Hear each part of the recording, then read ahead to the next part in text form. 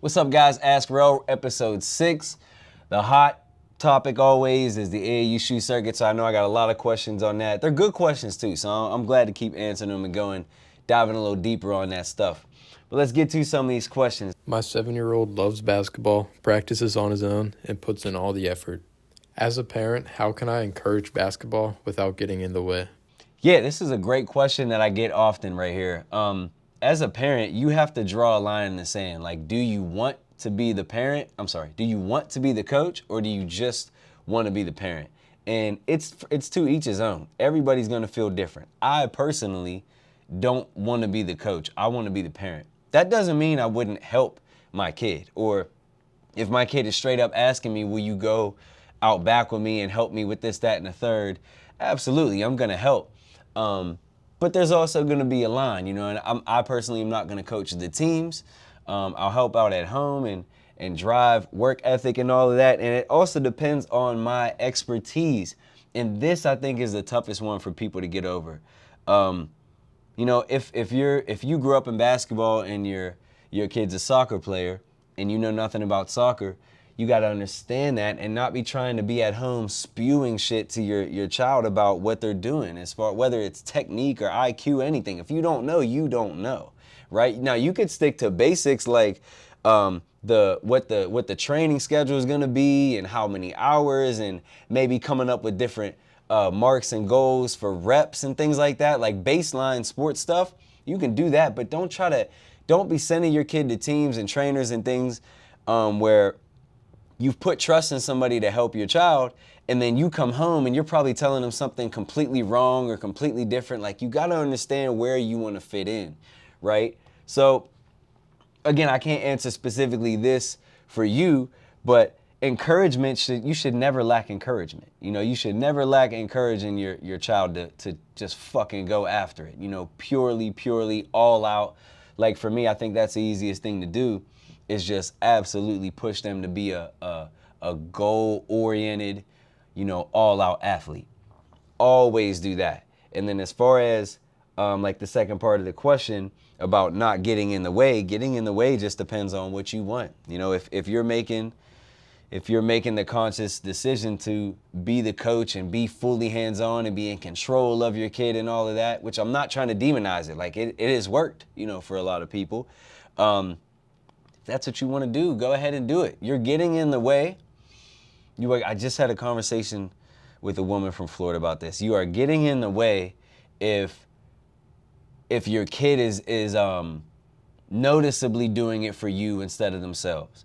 Or if your kid is afraid to let you down. If your child is playing bad or something like that, and really they're upset because they're afraid of what you're going to say or how you're going to look at them, you got a problem. You got to pull back. You got to reframe how you're saying things. But if your kid, like I myself, my dad was heavily involved and more involved and had more input than I am probably going to have on my child. But at the same time, it didn't negatively affect me because I was strong-willed. Like, I didn't care what he had to say. I wasn't really listening to him, which was a problem. If I would have listened, I probably would have been better. But I didn't feel like I needed to impress him, or I didn't feel like I needed to perform for him. I didn't give a fuck how he felt about how I was performing. It was all on me. That's just the way I was, because I was hard-headed and strong-willed. But it worked for me. So him being heavily involved and being on me, like, it didn't negatively affect me. But a lot of kids, if their parents yelling for something from the stands, a lot of the times you're going to see that kid after every single play looking over at their parent like for reassurance. So that's when you're probably in the way. You got to figure that out for yourself. What are your thoughts on parents doing a reclassification so young? I'm all about reclassing. See, but I'm about reclassing for different reasons than what most of you probably are. When you hear that come out of my mouth, your mind goes somewhere else. Everybody thinks that reclassing means like someone's reclassing their kid because they think it's going to get them ahead in sport, or it's going to make them be able to dominate or something like that. That's where everybody goes, and people get uptight about people reclassing. Like, if you didn't reclass, or you didn't reclass your kid, you guys look at other people negative for reclassing because you make yourself seem like they got ahead of you, or you got knocked down because they reclassed. That is not at all where my mind goes. I want to reclass kids. I want to reclass my own daughter. I would tell everybody to reclass their kids because you get to be a kid longer. You get an extra year or two, depending on how you do it, of being a child. You get to, that is the best fucking experience of your life, like period. You're extending the youth.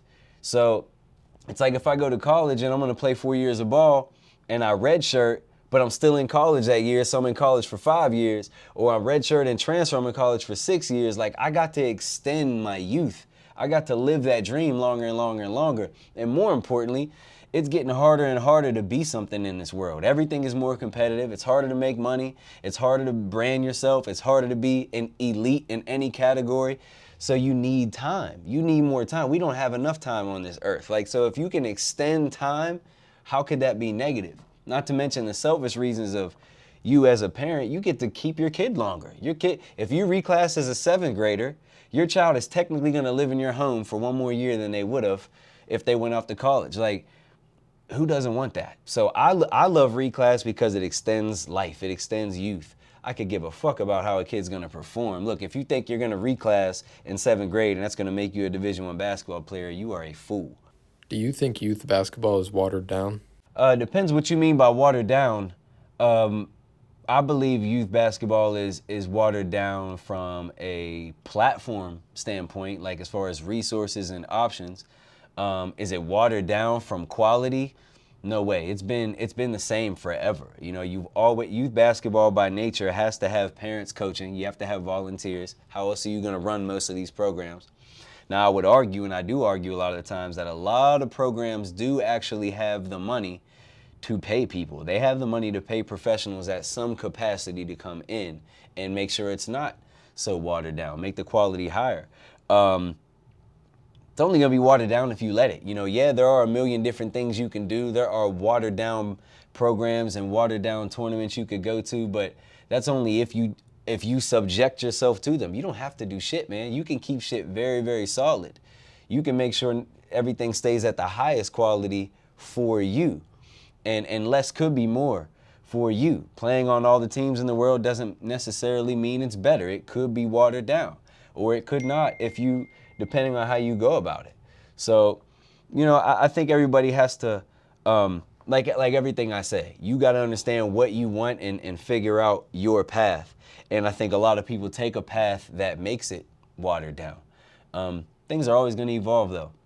And I can tell you the way things are going, like, are we going to go backwards? Are we going to go to less tournaments? Are we going to go to less teams? Are we going to go to less trainers? Of course not. So, you know, you got to figure out for yourself what you want to do, and you'll be able to control whether your youth career is watered down or not.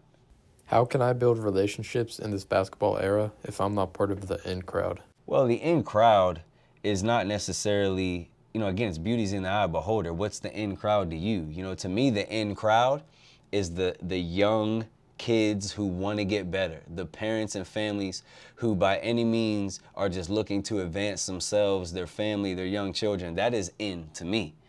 If you're saying in the way I think you're saying it, like most people, you're thinking the popular kids, the ones with the most offers, the ones with the most hype. To me, that's not in. The business that I am in, you know, I have to run a business. I have to run an operation.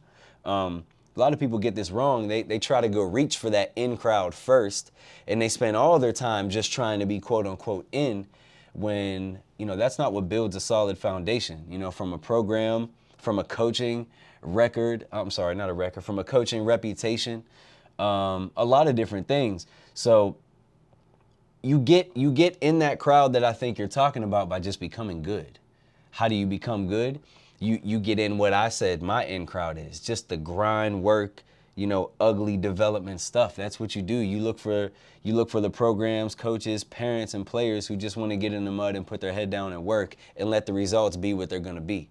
You know, that's how you end up in the in crowd. The people who are trying to jump in the in crowd, they're missing time developing. They're missing time seeing the stuff that's most valuable, because all they do is just try to get into what they think is quote unquote in. You know, but you can't politic your way to performance. You can politic your way to opportunities, and maybe you strike lightning with some of that stuff. I'm not that way. You know what I mean? I want to be able to control my own narrative. So I know the harder I work, the more opportunities I'll provide for myself, rather than just trying to get in with certain people and just hoping and praying that they provide something for me. So that's the way that I look at it. Recruiting agencies want my money to make profiles for college coaches. Do you think this is worthwhile or is it scamming? You know, there are a lot of people out there who have a lot of connections, who can make a lot of plays for you, who can make a lot of political moves. And shit, some of those people are really good at what they do. So it comes down to me to expectation and I guess time. Like, what's it worth it to you? Because I know myself, obviously running my business, I don't pay a third party to do recruiting or something like that for our kids. We just get in the mud and we fucking do it ourselves. And I get on the phone and I'm willing to call anybody and try to make a play for somebody. That's just my personality. That's who I am. I'm willing to take the time to sit down and email 100 coaches in a week. I'm willing to do that. So that might not be worth your time.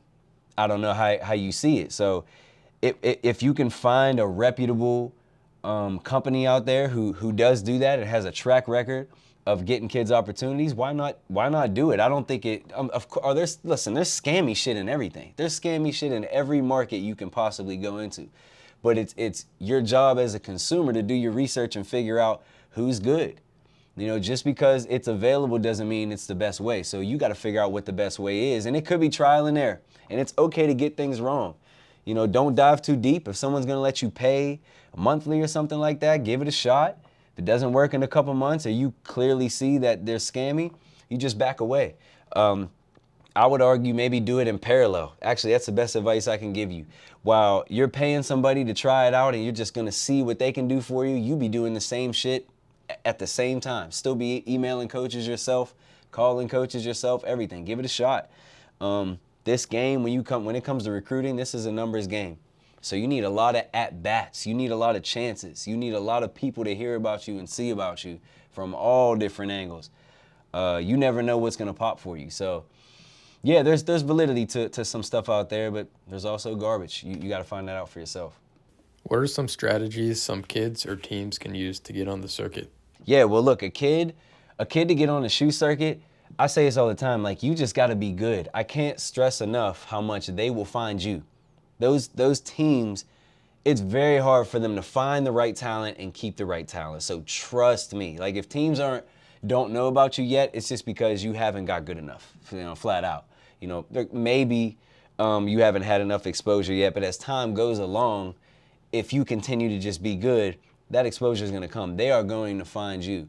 And then, yeah, I mean, you can go to tryouts. It's not like they don't have tryouts. You can just go to these teams' websites and email them and ask them when you can go for a tryout or a workout.